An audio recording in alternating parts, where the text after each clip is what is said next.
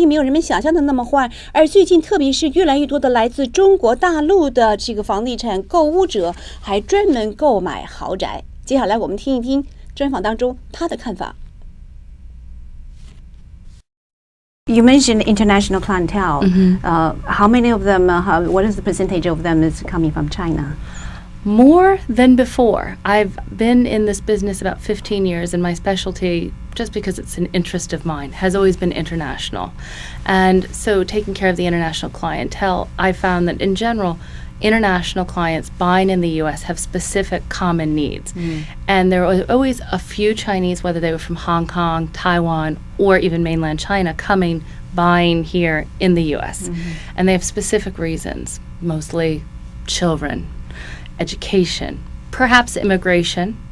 So now I'm seeing more, and we have an office in China, and we also have a lot of friends in China. So we of course take care of a lot of friends and families and friends of friends and just people that we've met along the way. So yes, there's more coming, and there's more interest because, again, I think the belief system abroad is they're seeing the bottoming out, and they are also buying into that. For Chinese people, for instance, if they are not trying to immigrate to the U.S., they just want to buy the property there. Right. They don't have to open the bank account, apply for mortgage, or just pay cash, everything to pay off. I find most people pay cash, but we definitely have avenues for them to take a mortgage. Again, everything has to be verified. Income and assets have to be verified. You can certainly, for example, if you were banking with a Chinese bank that had a branch here, you can certainly verify funds here. There are ways. It's definitely possible. But again, also just more difficult, not as streamlined as it was before. What kind of a class? What class of property they're looking at? High end, middle, or? Sure. Well, in New York City, there is. You look at New York City and you look at the skyline, you think, so much for sale, right? But not really. Something like 60% of the market is only available for ownership. Of that 60%, the 40% is actually rental buildings owned by individuals, that sort of thing. So 60% of ownership. Of that 60%, only 20% are condominium. So really for the international buyer, it's really, you want to buy an asset, something that has liquidity.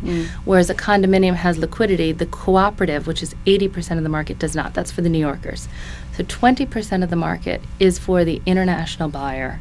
And tends to be for anyone with money because it's an asset. You can trade it, you can rent it, you can do whatever you want with it. It's like a stock or a bond in the world of real estate.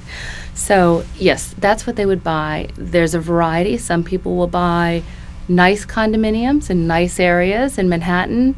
There are some interesting condominiums in Queens and Brooklyn that have attracted a little bit of attention, but mostly people, Chinese coming here, interested in either truly luxury, maybe a trophy property, something for their children, which probably would be a little bit of a underneath that. And, at 20% of the market, it is pretty much the luxury properties anyway, the condominiums. Actually, during the whole financial crisis, New York City's housing price didn't really drop dramatically. Not compared to the rest of the United States. But True. It didn't drop them before. Right. There has been a drop. There's all sorts of different numbers, between 10 and 20%, but it's almost like you'd have to look at each building, each area, to get the specific percentage drop. The reason is because in New York, you have to put, and even with banking, you have to put a relatively a lot of money down. A minimum of 10% if you were financing. Most people would do 20% down. And then a lot of people bought in cash. So you didn't have this issue of foreclosure. Oh, yeah. If somebody and I still don't see this desperation of selling that you see in other places, like, from what I understand, California or Florida, even New Jersey a bit. But I think New York is always a very good asset to hold, to have. You can get it at a discount now, which is really nice. One my last question. Sure. The banking sector and also the regulations, the rules, and also the standard requirement for application for mortgage, everything's tightening up.